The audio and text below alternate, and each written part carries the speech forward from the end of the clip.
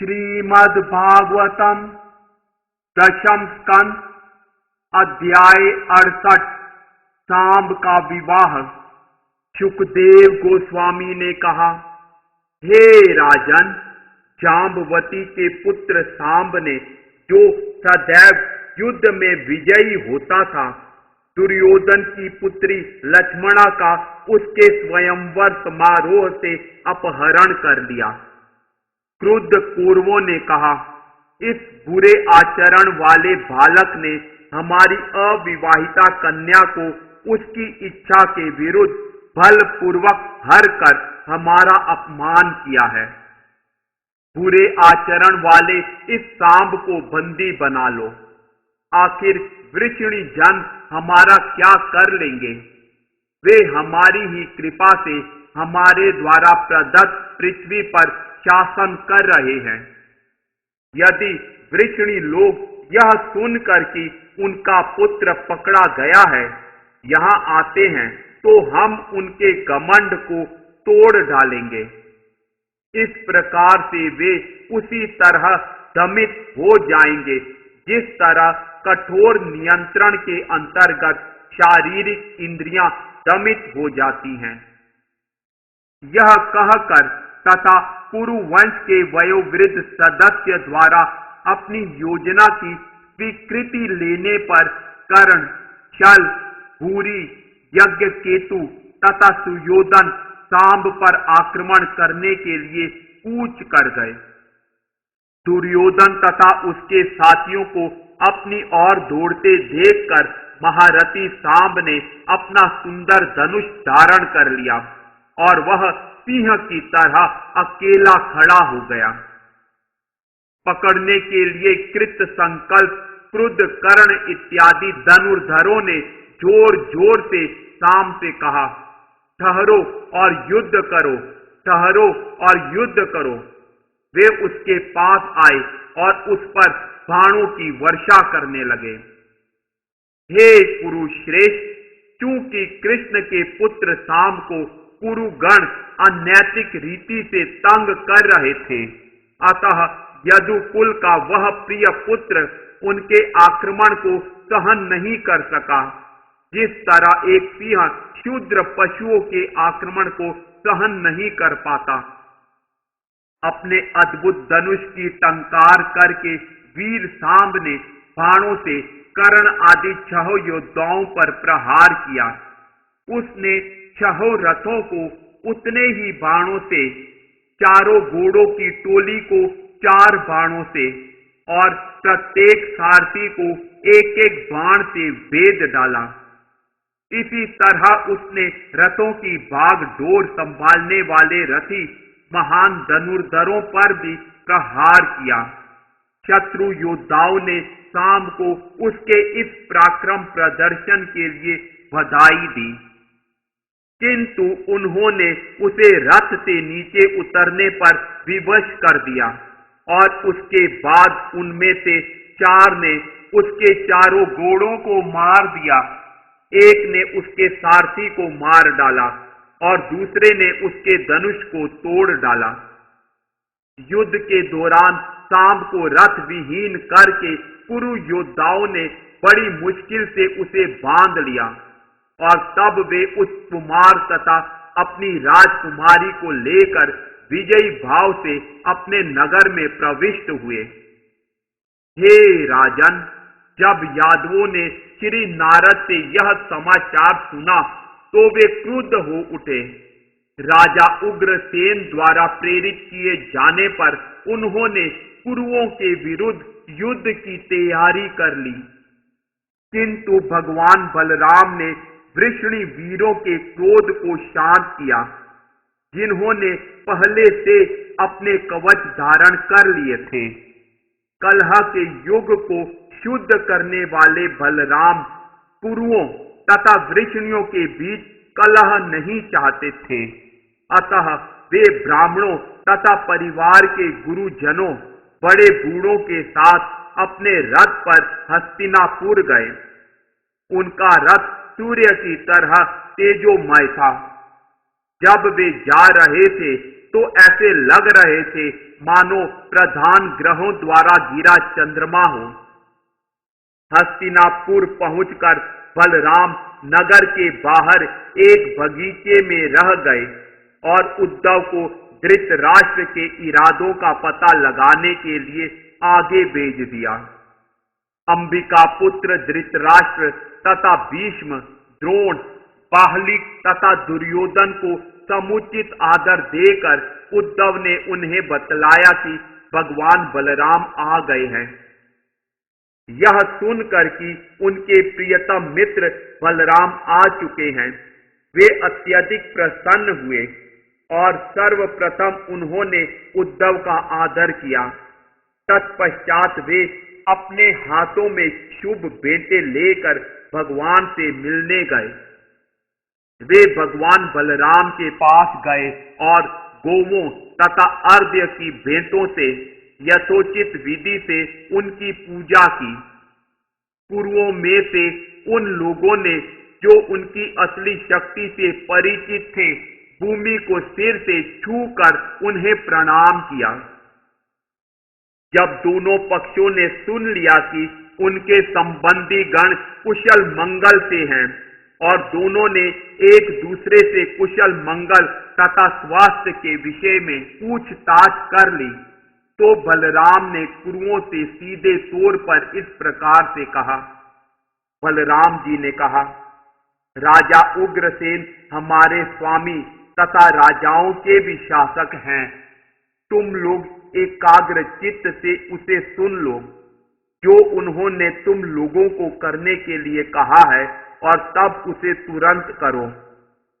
राजा उग्रसेन ने कहा है, यद्यपि तुम में से कई ने अधर्म का सहारा लेकर धर्म के सिद्धांतों पर चलने वाले अकेले प्रतिद्वंदी को पराजित किया है, फिर भी मैं पारिवारिक सदस्यों में एकता बनाए रखने के लिए यह सब सहन कर रहा हूं। बलराम के पराक्रम, साहस तथा बल से पूरित एवं उनकी शक्ति के समरूप इन शब्दों को सुनकर कौरव गण क्रुद्ध हो उठे और इस प्रकार बोले। कुरु नायकों ने कहा, ओह, यह कितनी विचित्र बात है। काल की गति निसंदेह दुर्लंघ्य है। अब पैरों की एक जूती उस सिर पर चढ़ना चाहती है जिसमें राज मुकुट सुशोभित है। क्योंकि ये वृषणी जन हमसे वैवाहिक संबंधों से बंधे हैं, इसलिए हमने इन्हें अपनी शैया, आसन तथा भोजन में बराबरी का पद दे रखा है। असल में तो हम ही ने इन्हें राज सिंहासन प्रदान किया है। क्योंकि हमने परवाह नहीं की, इसलिए वे चमड़ी के पंखे तथा शंख, श्वेत छाता, सिंहासन तथा राजशैया का भोग कर सके। अब यदुओं को इससे आगे इन राजसी प्रतीकों का उपयोग न करने दिया जाए, क्योंकि अब ये प्रदान करने वालों के लिए कष्टप्रद बन रहे हैं, जिस तरह विषैले सांपों को पिलाया गया दूध। ये यादव गण हमारी कृपा से समृद्ध बनकर अब सारी लाज शर्म खो चुके हैं और हमें आदेश देने का दुस्साहस कर रहे हैं। भला इंद्र भी किसी वस्तु को हड़पने का दुस्साहस कैसे कर सकता है, जिसे भीष्म, द्रोण, अर्जुन या अन्य कुरुजनों ने उसे नहीं दिया है। यह तो वैसा ही है जैसे मेमना सिंह के वध की मांग करे। श्री बादरायण ने कहा, हे भारतों में श्रेष्ठ, अपने उच्च जन्म तथा संबंधों के ऐश्वर्य से फूल कर कुप्पा हुए घमंडी कुरु जब ये कटु वचन बलराम से कह चुके तो वे अपने नगर को वापस चले गए। कुरुओं के दुराचरण को देखकर तथा उनके भद्दे शब्दों को सुनकर अच्युत भगवान बलराम क्रोध से उबल पड़े। उनका मुखमंडल देखने में भयावना था और बारंबार हंसते हुए वे इस प्रकार बोले। भगवान बलराम ने कहा, स्पष्ट है कि इन बदमाशों की विविध वासनाओं ने इन्हें इतना दंभी बना दिया है कि वे शांति चाहते ही नहीं, तो फिर इन्हें शारीरिक दंड द्वारा समझाना बुझाना होगा, जिस तरह लाठी से पशुओं को सीधा किया जाता है। ओह, मैं धीरे धीरे ही क्रुद्ध यदुजनों तथा कृष्ण को भी, जिन्हें क्रोध आ गया था, शांत कर सका था। मैं इन कौरवों के लिए शांति की कामना करते हुए यहां आया, किंतु ये इतने मूर्ख, स्वभाव से कलह प्रिय तथा दुष्ट हैं कि इन्होंने बारंबार मेरा अनादर किया है। दंभ के कारण इन्होंने मुझसे कटु वचन कहने का दुस्साहस किया है। क्या भोजों, वृषणियों तथा अंधकों के स्वामी राजा उग्रसेन आदेश देने योग्य नहीं है, जबकि इंद्र तथा अन्य लोकपालक उनके आदेशों का पालन करते हैं। वही कृष्ण जो सुधर्मा सभा भवन के अधिकारी हैं और जिन्होंने अपने आनंद के लिए अमर देवताओं से पारिजात वृक्ष ले लिया, क्या वही कृष्ण राज सिंहासन पर बैठने योग्य नहीं है? समस्त ब्रह्मांड की स्वामिनी साक्षात लक्ष्मी जी उनके पैरों की पूजा करती हैं और उन्हीं लक्ष्मी के पति क्या मर्त्य राजा की साज सामग्री के पात्र नहीं हैं? कृष्ण के चरण कमलों की धूल जो सभी तीर्थ स्थानों के लिए पवित्रता की उद्गम है, बड़े बड़े देवताओं द्वारा पूजी जाती है। समस्त लोकों के प्रधान देवता उनकी सेवा में लगे रहते हैं और अपने मुकुटों पर कृष्ण के चरण कमलों की धूल धारण करके अपने को परम भाग्यशाली मानते हैं। ब्रह्मा तथा शिव जी जैसे बड़े बड़े देवता, यहाँ तक कि लक्ष्मी जी और मैं भी उनके दिव्य व्यक्तित्व के अंश हैं और हम भी उस धूल को बड़ी सावधानी से अपने सिरों पर धारण करते हैं।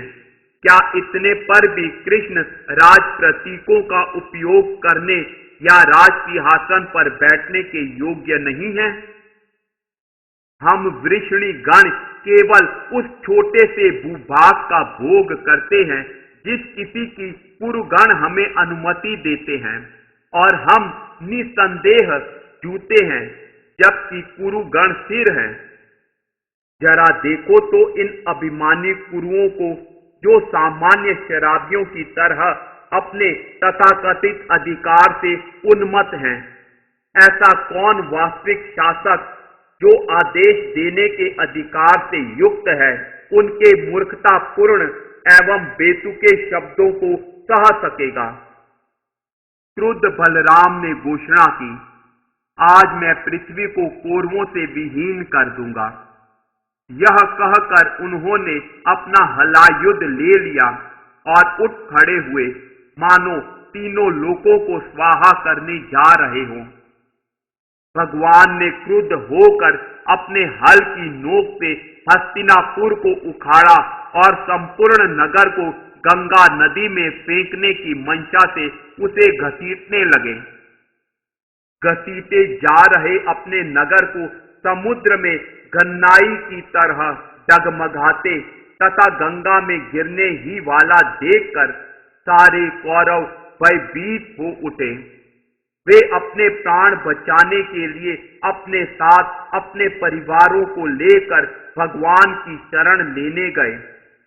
राम तथा लक्ष्मणा को आगे करके उन्होंने विनय पूर्वक अपने हाथ जोड़ लिए। कौरवों ने कहा, हे राम, हे सर्वाधार राम, हम आपकी शक्ति के बारे में कुछ भी नहीं जानते।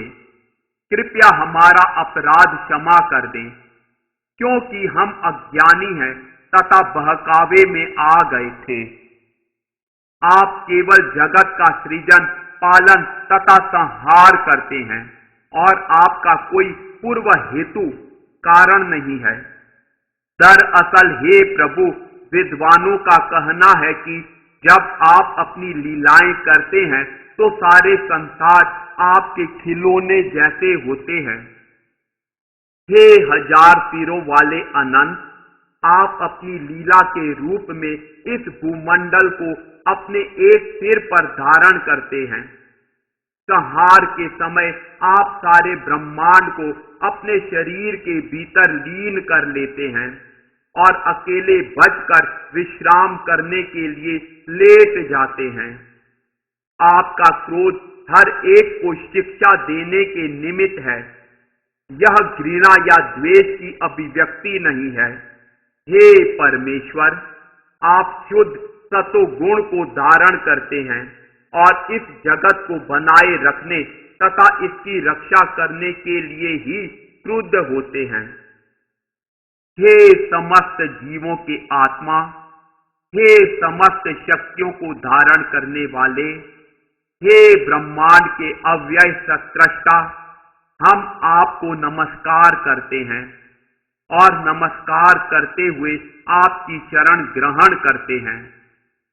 सुखदेव गोस्वामी ने कहा, जिन कौरवों का नगर डगमगा रहा था और जो अत्यंत कष्ट में होने से उनकी शरण में आ रहे थे, ऐसे कौरवों द्वारा स्तुति किए जाने पर बलराम शांत हो गए और उनके प्रति कृपालु हो गए।